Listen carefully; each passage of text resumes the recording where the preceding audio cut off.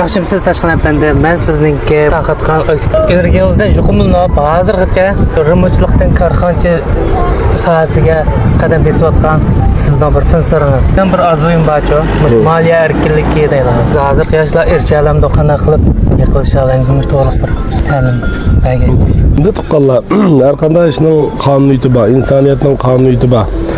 Biz bir baxtiyor davlatda yashayotimiz, davlatning funksiyasi va pul muomala sistemasi, lekin madaniyat sistemasi deganga o'xshash. Hamda bir insonning tug'ilishdan qaytishgacha bo'lgan barliq jarayonlarda bir programma asosida shakllanadi. Xuddi bug'doy maysini tatib o'stirib, meva ag'li bo'lmaganga o'xshash. Amaliyotda bu yerda bunaqa biz bir moliya erkinligi degan gap ma'noyatliqi oddiy til bilan ifodalangan bilan bakiliqi vazni cho'nqur gapchi bu. Konkretlashtirgan vaqtimizda masalan buni formulaga asosan qildi. Bu bo'lsa-mu Maslow'ning 5 ehtiyoj qadimi nazariyasida bir nazariya va insoniyat jamiyatida hozirgacha uni oldiga o'tib bir narsa bo'lib boqmadi. Demak, endi buning birinchisi fiziologik ehtiyoj. İkincisi bexatarlik ehtiyoji, üçüncüsü moddiy ehtiyoj, dördüncüsü o'zini amalga oshirish ehtiyoji, beshinchisi hurmatlanish ehtiyoji. Demak, endi buning birinchisi fiziologik ehtiyoj degan gap kundalik turmushimiz, yemek-ichmakimiz, kiyim-kechkimiz degandek ma'nosi bir ravon.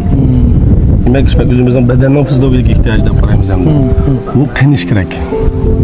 İkinci bir noktadan bexatarlik ehtiyoji. Dal siz davatgan uy, mashina, mesela sırtqa chiqqanda kiyinish, bu degandek bexatarlik o'zimizga nisbatan deganda sirtqa chiqsak qaytib kelgan qo'naloq qatorliq ma'nosini oddiylashtirib aytganda. Uchinchi bir noktadan moddiy ehtiyoj bor. Hamda biz fiziologik ehtiyojni hamda siz masalan o'zingizning remochilik sohasidan hozir bir atlash bosqichida o'tirgich korxonalarga nisbatan keng ishlatib turibsiz.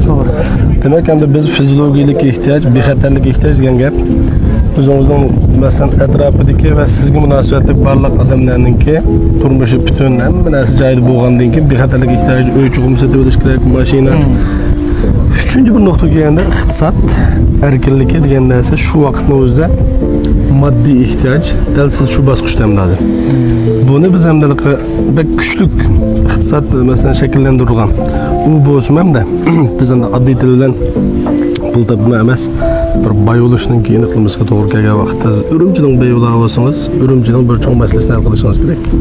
Şinjanning beyi bo'lsangiz, Şinjanning ma'lum bir masalasini hal qilishingiz kerak. Jungoning beyi bo'lmoqchi bo'lsangiz, birinchi Jungoning masalasini hal qilishingiz kerak deganga o'xshash. Amaliyotda sizning hal qilgan masalangizning mutanosib shaklda sizga boylik qilib keladi.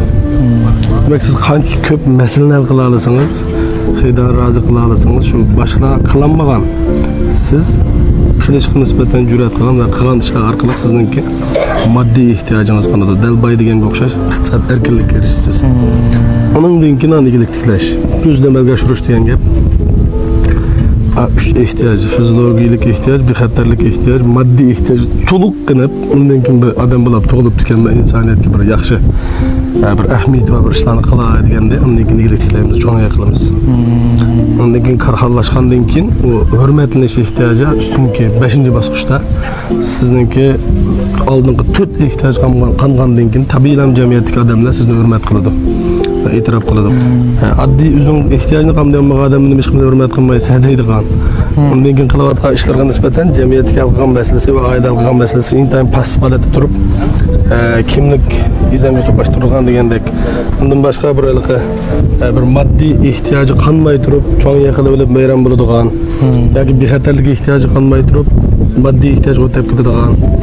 Fiziologik ehtiyoj qanmay turib, bexatarlik ehtiyoji o'tab ketadigan bunday shu. Buning bilan prinsip bor. Qulog'ida bek pullar bilan bog'lab olsak bo'lmaydi. Bo'lmaydi. Bu Tashqin apandi mumkin bo'lib qolsa bizningki do'kon Aqto'nayda bo'lsa birinchi avtobus bilan berib bir ziyorat qilib bir kelishingizni umid qilaman. Bo'ldi. Tuqqanlar biz shu minnatdorlik safari munosabati bilan Koreya nahiyosi Daryobo'yi kentiga keldik. Buni shu yerda turibmiz.